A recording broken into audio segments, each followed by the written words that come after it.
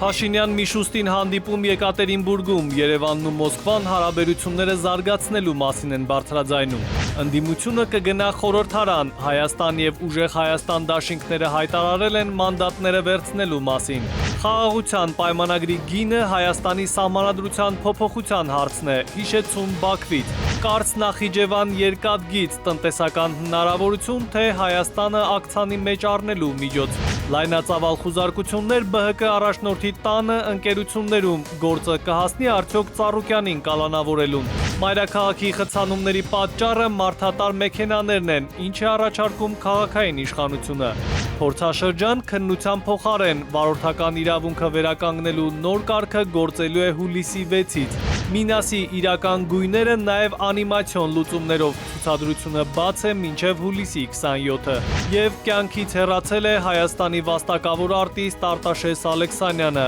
օրեր անց նա կդառնար 65 տարեկան։ Բարի երեկո, արգել է հեռուստադիտող, Արմենիայի ուղիղ եթերում օրվա գլխավոր ժամն է, տաղավարում Հայկ Նավասարյանն է աշխատում։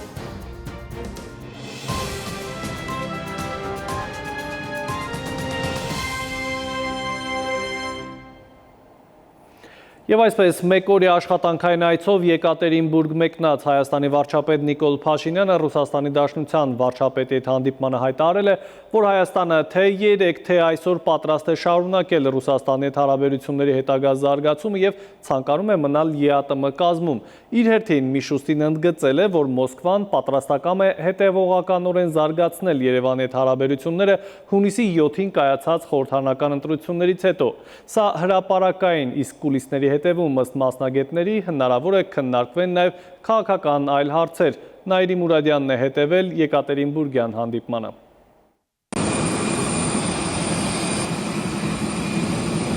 Հայ-ռուսական լարվածության ֆոնին Նիկոլ Փաշինյանը մեկնեց Ռուսաստան, Եկատերինբուրգ։ Չնայած միջոցառումները ավելի շատ տնտեսական են, սակայն ըստ քաղաքագետ վերլուծաբանների քաղաքական ուղերձներ եւս կլինեն։ Մի շարք հարցեր ամենայն հավանականությամբ անխուսափելիորեն կհայտնվեն նաեւ փակ քննարկումների ընթացքում։ Վերջին շրջանում հայկական որոշ ապրանքների նկատմամբ ռուսական սահմանային եւ սանիտարական վերահսկողության պատճառով առաջացած խնդիրները Երևանի համար կարևոր հարցեր են։ Փաշինյանն արդեն հրապարակայինորեն ասել էր, որ մտադիր է այդ հարցերը քննարկել ռուսական կողմի հետ։ Վերլուծաբանների դիտարկմամբ չի բացառվում, որ Փաշինյանն ու Միշուստինը փակ ձևաչափով անդրադառնան նաև Հայաստանի եվրոպական ուղղությանը, երկկողմ քաղաքական լարվածությանը, ռուսական պաշտոնյաների եւ հայկական իշխանությունների միջև վերջին ամիսների կոշտ հայտարարություններին։ Այս թեմաները սակայն չեն դառնա հանդիպման հրապարակային հիմնական մասը, քանի որ դրանք սովորաբար քննարկվում են ավելի բարձր քաղաքական մակարդակում, վարչապետ նախագահ կամ արտաքին գործերի նախարարների ձևաչափով։ Նախ պետք է հստակեցնենք հանդիպումը Միշուստինի ցանկությամբ եղել, թե կողքից խնդրել է, որտեղ տարբեր տեղեկություններ կա։ Այնուամենայնիվ այդ հանդիպումը լինելու է երկու երկրների եւս մեկ անգամ հարաբերությունների հստակեցման գիծ։ Այստեղ Հայաստանի ղեկավարությանը արդեն նորից հարց են դնելու այն, ինչ որ դրել է Պուտինը եւ մյուս ղեկավարները։ Այն է, Հայաստանը պետք է հրաժարվի կամ հստակեցնի իր արտաքին քաղաքականությունը, կամ դու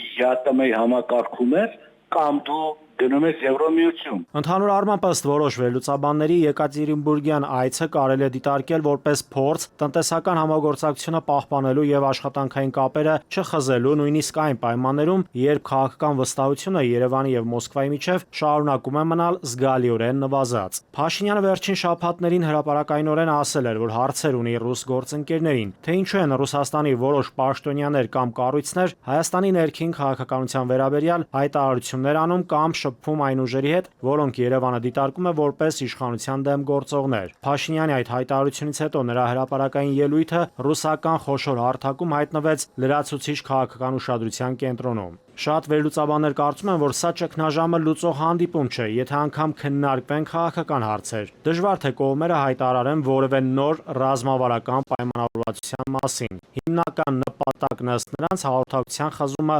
թույլ չտալն է։ Եթե հանդիպումից հետո պատժամի սահմանափակումներ չվերացվեցին կամ ավելի խստացվեցին, նշանակում է Հայաստանի Ռուսաստանի միջև հարաբերությունները գնում են, ասենք, վերջնականապես խզման։ Արագացվում է այդ գիծը։ Փոխելու դեպքում նրանք հանդիպել են Եվրոմիության հակադասության այստեղ ընդեղ իր խնդիրները կա։ Փաշինյան Միշուստին հանդիպման ժամանակ արդեն Ռուսաստանի վարչապետը հայտնեց, թե Ռուսաստանում ակնկալում են, որ Հայաստանում կայացած ընտրությունների արդյունքում ձևավորված նոր կառավարությունը կապահովի հայ-ռուսական հարաբերությունների առաջանցիկ զարգացումը։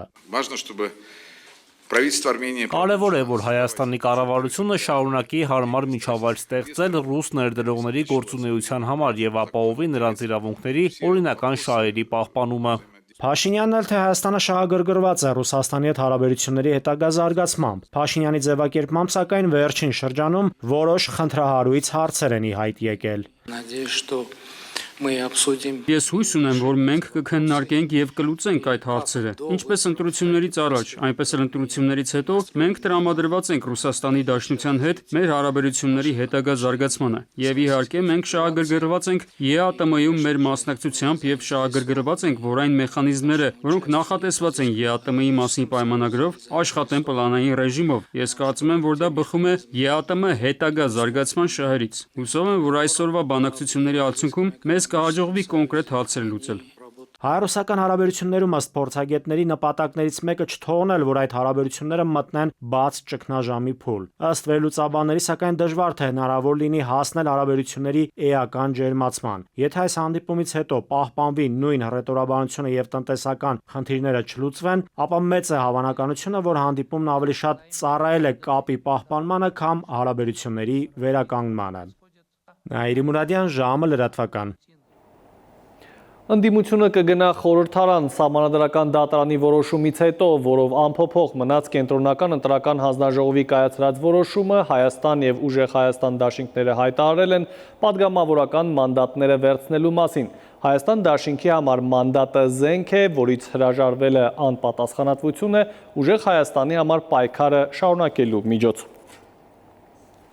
Եվ մինչև ապագա խորհրդարանական ընդդիմությունը խոսում է մանդատները վերցնելու, այն կիրառելու իրավական հնարավորությունների ու նաև այն մասին, որ իշխող ուժը չի կարող սահմանադրություն փոխել, Ադրբեջանից շարունակում են հիշեցնել խաղաղության պայմանագրի գինը Հայաստանի մայր օրենքի սահմանադրության փոփոխությունն է։ Բաքվում անգամ լավ գիտեն, թե որքան կողմ ձայն է անհրաժեշտ Հայաստանի խորհրդարանում հարցը օրակարգ ընդգրկելու համար։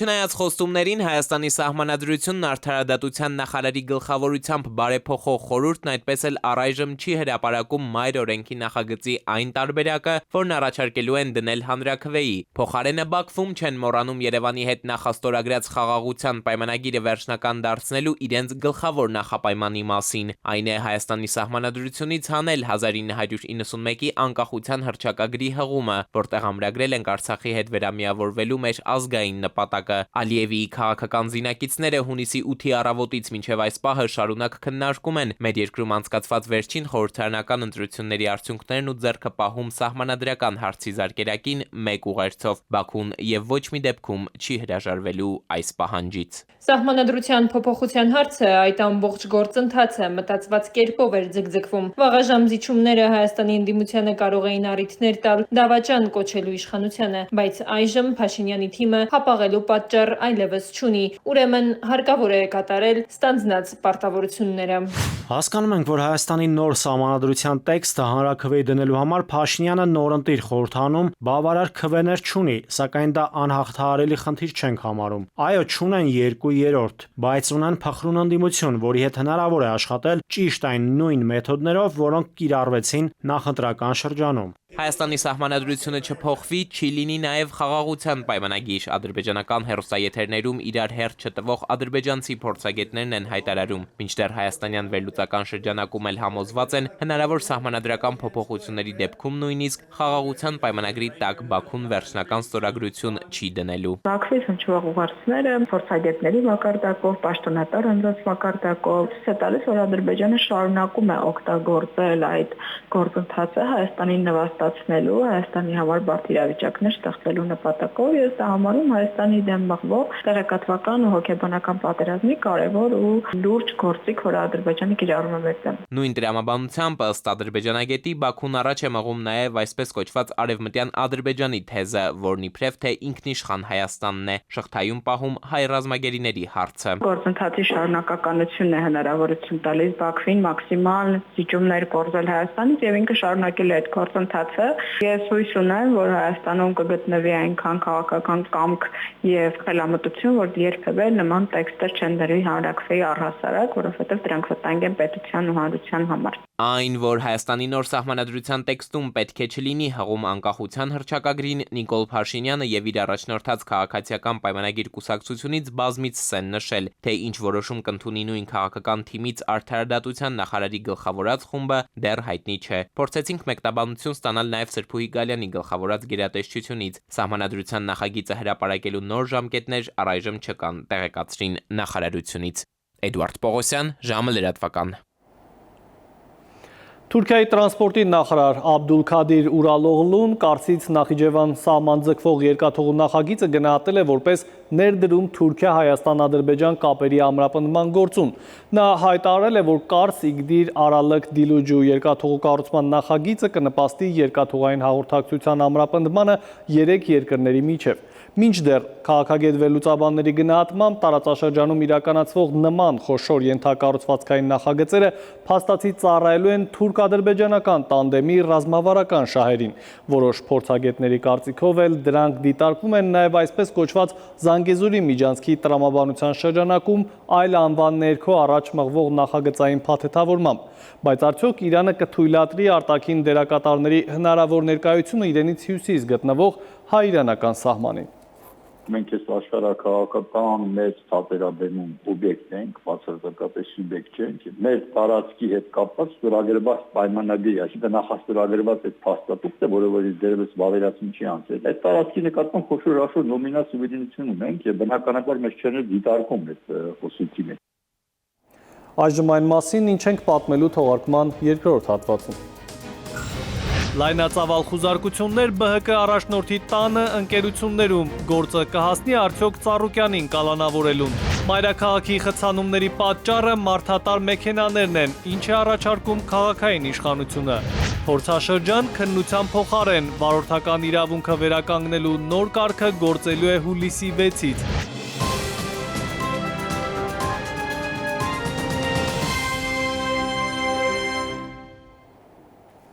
Մենք կրկին ուղիղ եթերում ենք, շարունակենք թողարկումը։ Քիչ առաջ հայտնի դարձավ, որ ձերբակալվել է Բարգավաճ Հայաստան կուսակցության առաջնորդ Գագիկ Ծառուկյանը։ Հիշեցնեմ, որ վաղ առավոտից լայնածավալ խուզարկություններ իրականացվում ԲՀԿ առաջնորդի տանն ու նրան պատկանող ընկերություններում։ Գրեթե բոլոր ընկերություններում քննչական գործողություններ էին իրականացվում, քննչական կոմիտեից հայտնել են, որ քրեական վարույթի շրջանակում կատարվում են վարույթային գործողություններ։ ԲՀԿ առաջնորդ Գագիկ Ծառուկյանի ներկայացուցիչ փաստաբան Երեմ Սարգսյանը ավելի վաղ չէր բացառել Ծառուկյանին ձերբակալելու հնարավորությունը։ Այսպիսի գործողություններ արվում են առանձնապես ծանր ինչ-որ հանցագործությունները, որտեղ որ իրականում, ասենք չգիտեմ, զինված հանցագործների հետ կապված եղան։ Այստեղ ակնհայտ է, որ նման որևէ հարց չկա, բայց մեր երկրում սա արդեն պրակտիկա է դարձել, երբ որ ուզում են շոուն ապահովեն, այս տեսարանները միշտ լինում են։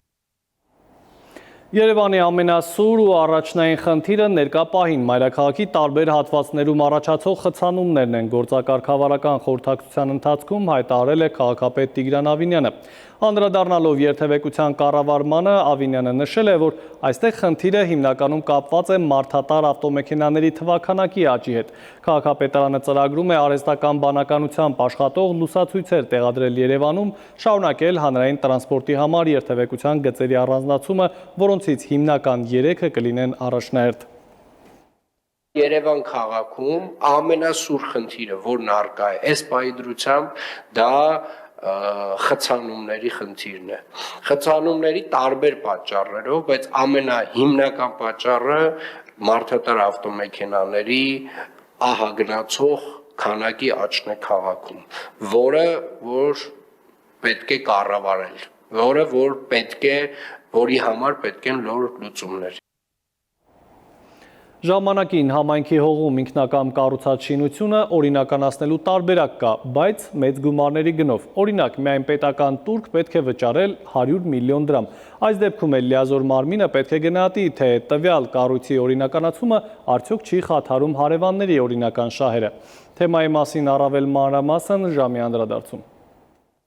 Մայրաքաղաքում կառուցված ինքնակամ շինությունների հարցը շարունակում է մնալ օրակարգում։ Մի քանի պատճառով։ Նախ դրանք շատ են։ Մեծաթիվ են նաև այն մարդիկ, ովքեր փորձում են օրինականացնել այդ շինությունները։ Մարդկանց մի մասն էլ շարունակում է պայքարել խիստ անցանկալի այդ երևույթի դեմ։ Օրենսդիրի կողմից վերջերս ընդունված օրենքների մի շարք նախագծեր վերաբերում են հենց վերը նշված մեր համաքաղաքացիներին։ Նոր կարգավորումով սահմանվում է, որ համայնքային կամ պետական սեփականություն հանդիսացող հողամասերում գտնվող որոշակի ինքնակամ շինություններ հնարավոր է լինելու օրինականացնել։ Այդ կառույցները սակայն պետք է համապատասխանեն որոշակի չափանիշների։ Բացի սա, կառույցի սեփականատերը օրենքով նախատեսված տարատեսակ վճարումներից զատ պետական տուրք է վճարելու 100 միլիոն դրամի չափով։ Փողոցա,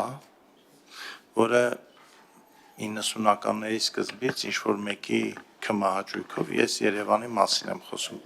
որոշել են այդ փողոցը դարձնեն փակուղի։ Գալիս ասում է, այս թղթերը, ձեր ցավը տանեմ, այս 100 միլիոնը, մենք պարտադիր դա օրինականացնում ենք, թե չենք օրինականացնում։ Այնտեղ պետք է նաև գնահատվի, արդյոք ինքնակամ կառույցի օրինականացումը խախտում է երրորդ անձանց իրավունքները եւ օրինական շահերը, թե ոչ։ Այս բոլոր պատասխաններին բացասական տալու պարագայում այդ ինքնակամ կառույցը գործող իրավակարգավորումների իմաստով օրինականացման ենթակա չի։ Նման բարձր շեմ սահմանելու նպատակն այն է, որպեսզի օրինականացումը չդառնա մասսայական, եւ մարդիկ հասկանան, որ համայնքային հողի վրա ապօրինի շինություն կառուցելը տնտեսապես ձեռնտու չէ։ Սա գործնականում նշանակում է, որ միայն եզակի խոշոր սոցիալ-տնտեսական առումով էական նշանակություն ունեցող կառույցների օրինականացումը իմաստ կունենա։ Ինքնակամ կառույցների ճակատագրին վերաբերող մի օրենսդրական նախաձեռնություն էլ խորհրդարանն ընդունեց վերջերս։ Բակերում շենքերի կտուրներին կանաչապատ տարածքներում ապօրինի շինությունների օպերատիվ վերացման համար տեղական ինքնակառավարման մարմնին ավելի լավ գործիքակազմ է տրվում։ Առաջին հերթին ներդրվել է արագացված վարույթ հասկացությունը, որը թույլ է տալիս գործել առանց ձգձգումների։ Եթե ապօրինի շինությունը հայտնաբերվում է համայնքային հողի կամ շենքի ընդհանուր տարածքի վրա, քաղաքապետարանն իրավունք ունի անմիջապես կայացնել քանդման որոշում, շրջանցելով սովորական երկարատև վարչական քննությունները։ Դատական բաների ակտերի հիման վրա, որը դատարանը կայացրել է եւ համարել է, որ ենթադրենք խախտում է թույլ տվել ծանուցման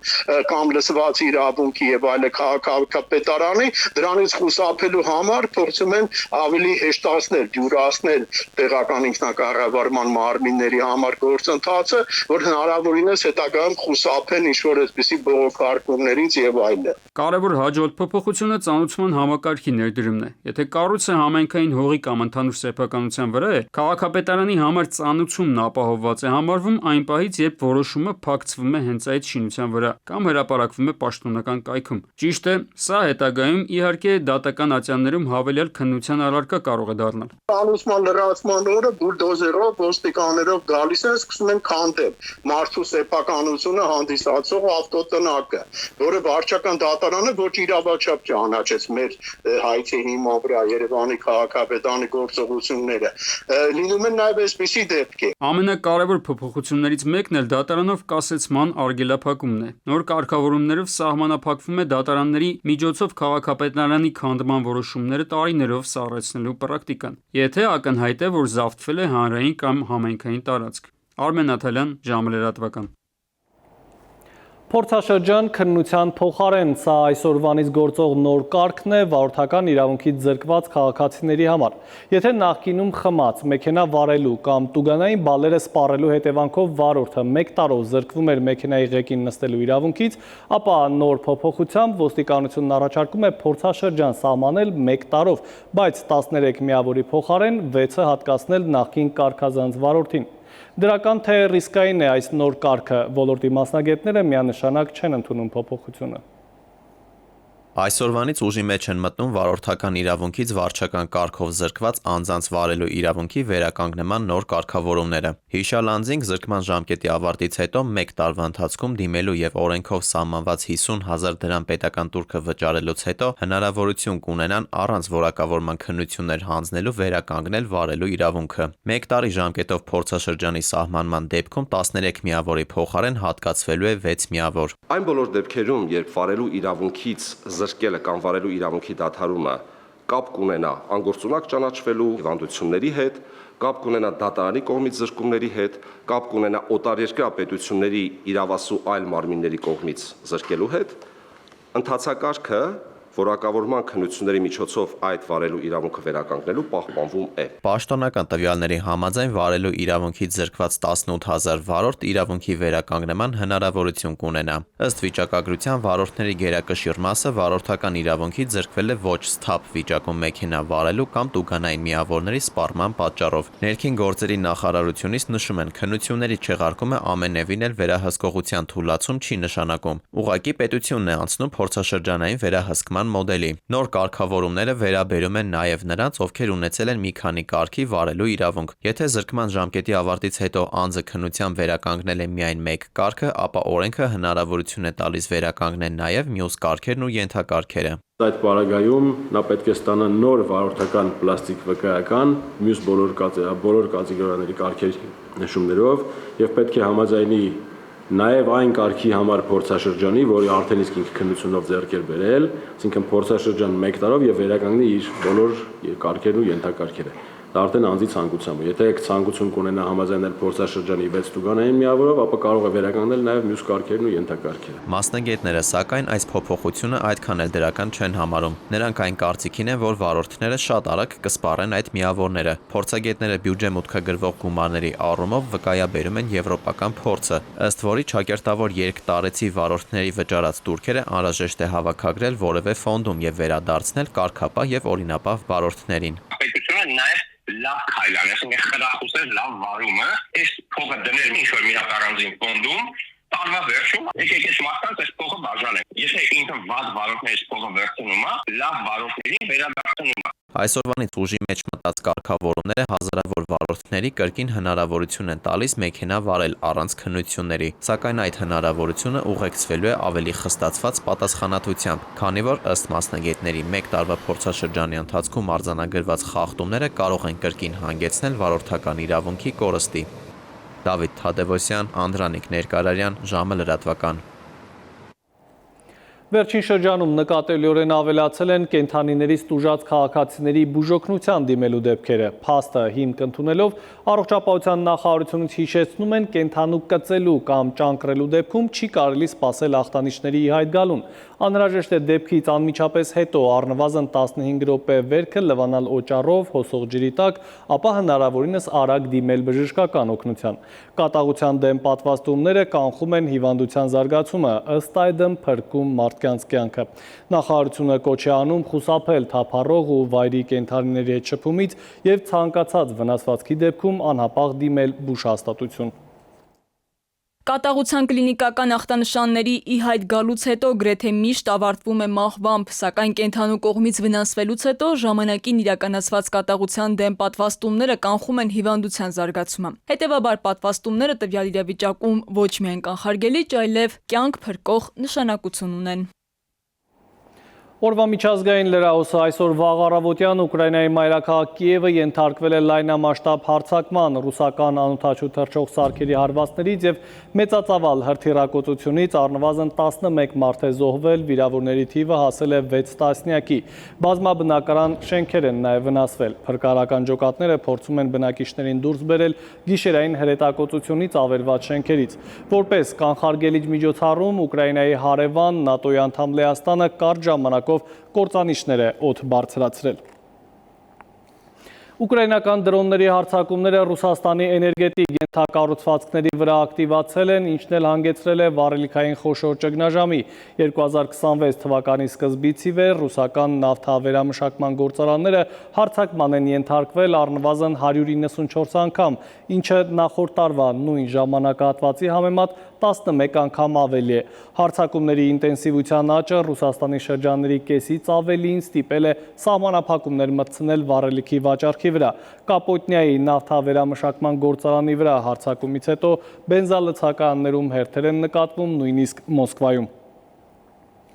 Ռուսական նավթավերամշակման գործարանների վրա ուկրաինական դրոնների հարձակումների ինտենսիվացման ֆոնին Բելարուսից Ռուսաստան բենզինի ներմուծումը հասել է պատմական առավելագույնին։ Միայն հունիսի 1-ից 25-ը Ռուսաստան է մատակարարվել 141,000 տոննա բենզին, ինչը գրեթե 2,5 անգամ ավելի է, քան ամբողջ մայիսի ընթացքում։ Անցյալ տարվա հունիսին ներմուծումը կազմել է ընդամենը 1000 տոննա։ Ռուսաստանը սկսել է բենզին գնել նաև Հնդկաստանից, քննարկում է նաև Ղազախստանից մատակարարումների հնարավորությունը։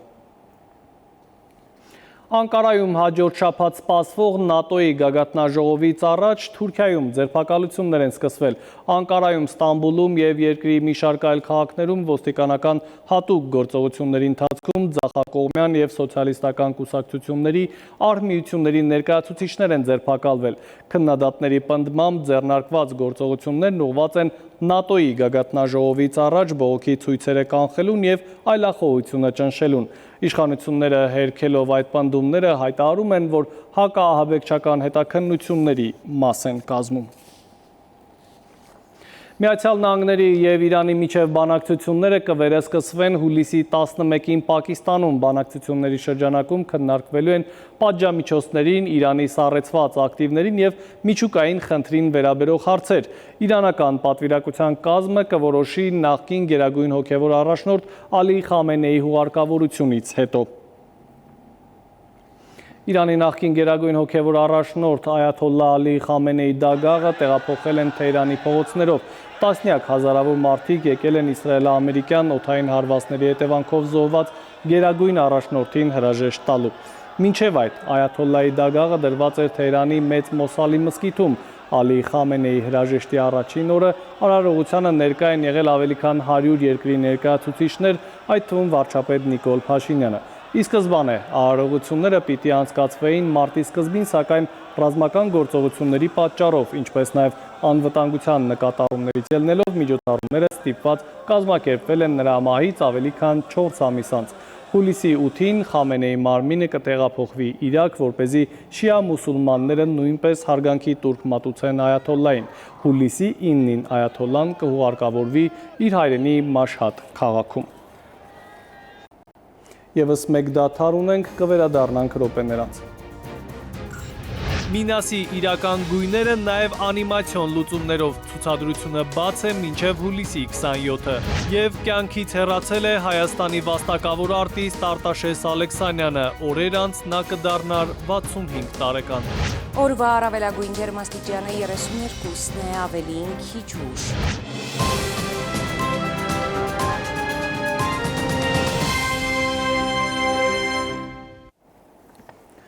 Մենք վերադարձանք, դուք դիտում եք ժամի գլխավոր թողարկումը։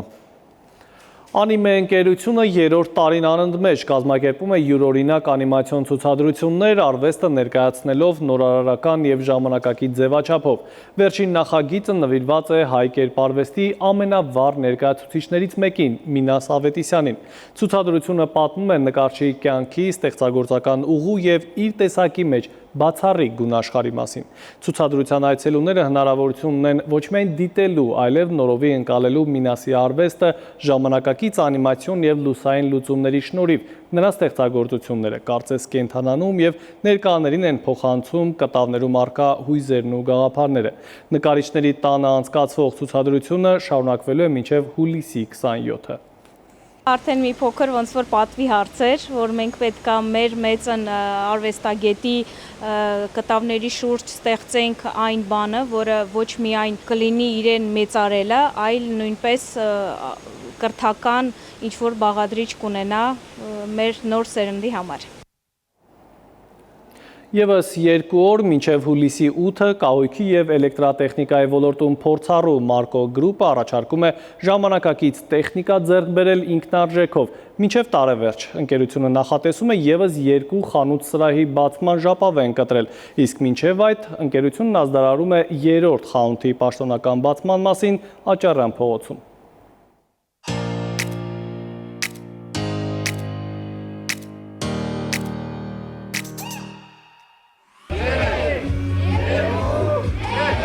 Խորհրդանշական կարմիր ժապավենը կտրված է մայրաքաղաքի Աճարյան 39 կոտորակ 7 հասցեում Մարկո գրուպ էլեկտրատեխնիկայի և կահույքի խանութ սրահը բացված, սա ընկերության 3-րդ հասցեն է։ Մեր խանութը ներկայացնում է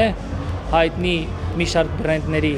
էլեկտրատեխնիկա, մանրից մինչև մեծ։ Մենք մեր սպառողին առաջարկում ենք լայն տեսականի և մատչելի գներ։ Տարիների ընթացքում ընկերությունը կայուն աճ է գրանցել հայաստանյան շուկայում, ընդլայնելով ապրանքների և ծառայությունների շրջանակը, բավարարել յուրաքանչյուր հաճախորդի պահանջը։ Որպես մեծածախ վաճառքի մենեջեր ինձ համար հատկապես կարևոր է ունենալ ավելի կայուն և ամուր համագործակցություն մեր գործընկերների հետ, ապահովել ապրանքների կայուն մատակարարում և մշտապես մրցունակ առաջարկներ։ Վստահ ենք, որ մեր նոր խանութ սրահը կդառնա վերջնական կետ թե մեր մեծածախ և թե մանրածախ գնորդների համար։ Հետևելով տեխնոլոգիական նոր արարություններին, Մարկո գրուպը շարունակում է կատարելագործվել և առաջարկել արդյունավետ ծառայություններ։ Այստեղ հաճախորդների պահանջներին հստակ են արձագանքում, շուկայի փոփոխություններին արագ հարմարվում։ Ուզում եմ նախ եւ առաջ հաջողություններ մաղթել Մարկո գրուպին, ինչպես նաև նշել, որ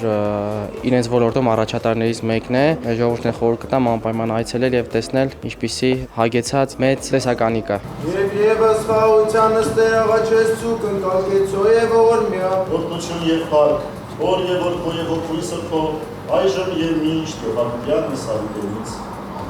Եթե նման կազմակերպությունները ունենում են հաջողություն իրենց բիզնես ոլորտում, բնականաբար բոլորը կարող են շահել այդ հաջողությունից, բոլորը կարող են ուրախանալ, որովհետև Մարկո գրուպը այն բացառիկ կազմակերպություններից մեկն է, ով ոչ միայն մտածում է ստեղծելու, ունենալու, կուտակելու եւ ավելին դարձնելու, այլ նաեւ մտածում է թե ինչպես տա, ինչպես կազմակերպի նաեւ իր արարելու եւ տալու եւ բաշխելու process-ը։ Մինչև հուլիսի 8-ն այս վաճառասրահում տեխնիկան կվաճառվի ինքնարժեքով, մինչև տարեվերջ Մարկո գրուպում նպատակ ունեն ընդլայնել իրենց ներկայացվածությունը, բացելով եւս 2 նոր խանութ սրահ։ Էդուարդ Պողոսյան, Տիգրան Հունանյան, ժամը լրատվական։ Կյանքի 65-րդ տարին չբոլորած մահացել է Հայաստանի Հանրապետության վաստակավոր արտիստ Արտաշես Ալեքսանյանը։ Բեմից եւ բազմաթիվ ֆիլմերից հայտնի կերպարներ մարմնավորած դերասանի հոգեհանգիստը հուլիսի 8-ին է Կոնդի Սուրբ Հովհաննես եկեղեցուց, հուղարկավորությունը հուլիսի 9-ին նույն վայրից։ Այսօր լուսադեմին կյանքից հեռացել է Հայաստանի Հանրապետության վաստակավոր արտիստ Արտաշես Ալեքսանյանը։ Հայ բեմի եւ կինոյի սիրված արտիստը հաշված օրեր անց հուլիսի 17-ին տոնելու էր ծննդյան 65-ամյակը։ Արտաշես Ալեքսանյանը խաղացել է մի շարք հայտնի ներկայացումներում՝ Արա Գեղեցիկ, Շեքսպիրի Համլետ, Վահրամ Սահակյանի Ժանգոտ Վանալի։ Նկարահանվել է բազմաթիվ ֆիլմերում՝ Գարեգին Նժդեհ, Ռուսական տապան, Արմենիա հեռուստաընկերության մի շարք հեռուստասերիալներում, Ճակատագրի գերիները, Դժբախտ ելջանկություն, Եզրագծից այն կողմ, Վերադաց։ 2002-2003 թվականներին բեմադրել է Հայաստանում քրիստոնեության պետական կրոն հռչակման 1700-ամյակին եւ հայոց մեծ եղեռնին նվիրված ներկայացումներ։ Հոգեհանգիստը տեղի կունենա Կոնդի Սուրբ Հովհաննես եկեղեցում հուլիսի 8-ին, ժամը 17:30-ից, ուղարկավորությունը հուլիսի 9-ին ժամը 13-ին նույն վայրից։ 630 միլիոն դրամ պետությանը։ Դատարանի վճիռը Սերժ Սարգսյանի գործով։ Հակակոռուպցիոն դատարանը մասնակի բավարարել է գլխավոր դատախազության հայցը ապօրինի ծագում ունեցող գույքի բռնագանձման գործով ընդդեմ Սերժ Սարգսյանի եւ նրա հետ փոխկապակցված անձանց։ Դատական ակտն օրինական ուժի մեջ մտնելուց հետո Հայաստանի Հանրապետությանը կփոխանցվի շուրջ 630 միլիոն դրամի գույք եւ միջոցներ։ Գյուղմթերքի եւ ծաղկի արտահանումը Հայաստանից 2026 թվականի հունիսին նախորդ տարվա նույն ժամանակահատվածի համեմատ կտրուկ նվազել է, հասնելով մինչև 74.5% անկման։ Լրատվամիջոցներից մեկի հարցմանն ի պատասխան սննդամթերքի անվտանգության տեսչական մարմնի հրապարակած վիճակագրության համաձայն հիմնական հարվածը ստացել է ռուսական ուղղությունը, որտեղ 2025-ին արտահանված շուրջ 27.9 հազար տոննա պտուղ բանջարեղենը 2026-ին նվազել է հասնելով ընդամենը 110 տոննայի։ Նույն պատկերն է նաև ծաղկի շուկայում։ Անցյալ տարվա ավելի քան 5.7 միլիոն հատի դիմաց այս տարի արտահանումը փաստացի կանգ է առել։ Ընդհանուր հաշվարկով 2026-ին արտահանվել է շուրջ 23.600 տոննայով պակաս գյուղմթերք, ինչը նշանակում է շուկայի էական կրճատում։ Գլխավոր դատախազությունը Սևան ազգային պարկ ՊՕԱԿ-ի տնօրենին եւ շրջակա միջավայրի նախարարությանն ուղարկված միջնորդագրով պահանջում է միջոցներ ձեռնարկել Սևանա լճի ափամերձ 3100 քառակուսի մետր ընդգրկող հողամասի վարձակալության պայմանագիրը լուծելու համար։ Պարզվել է, որ դեռ 2004-ին կնքված պայմանագիրը, որի ժամկետն ավարտվել է 2011 թվականին, շարունակել է գործել անորոշ ժամկետով։ Դատախազության ուսումնասիրության համաձայն օրենքը թույլ է տալիս նման պայմանագիրը դադարեցնել ցանկացած պահի։ Մյուս կողմին 3 ամիս առաջ ցանուցելով այդ մասին։ Հենց այս իրավական հիմքով է պետությունը նախաձեռնել գործընթացը պետական շահը պաշտպանելու եւ Սևանի ափամերձ տարածքների օգտագործումը օրինական դաշտ վերադարձնելու համար։ Միևնույն ժամանակ հակակոռուպցիոն դատարանը բավարարել է գլխավոր դատախազության հայցը եւ անվավեր ճանաչել Արարատի մարզի Գորավան բնակավայրում գտնվող 42 հեկտար ընդհանուր մակերեսով գյուղատնտեսական նշանակության հողամասերի աճուրդները, որոնք պետք է վերադարձվեն Վեդի համայնքին։ Արմեն Նաթալյան, ժամը լրատվական։ Եվ եղանակային կանխատեսումներ մայրաքաղաքում եւ մարզերում սպասվող ջերմաստիճանի մասին ավելին կպատմի Լիլի Հովերը։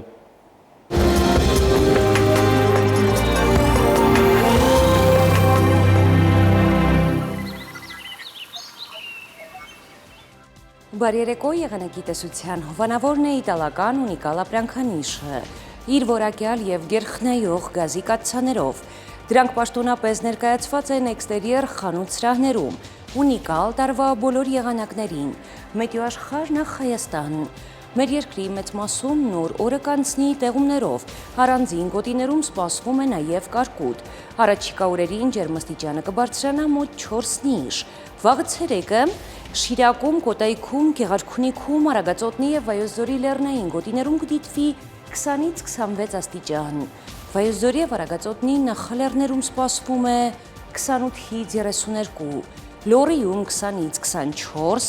Տավուշում 28-ից 31 աստիճան, Հարերատում, Արմավիրում կդիտվի 30-ից 32, Սյունիքի հովտային գոտիներում սպասվում է 28-ից 31, Սյունիքի նախալեռներում 20-ից 24 աստիճան։ Երևանում տեղումներ սպասվում են երեկոյան,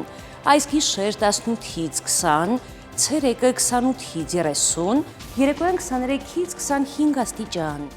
Հարգելի հեռուստադիտող, այսքանով ավարտված է ժամի գլխավոր թողարկումը, խաղաղ գիշեր եմ մաղթում։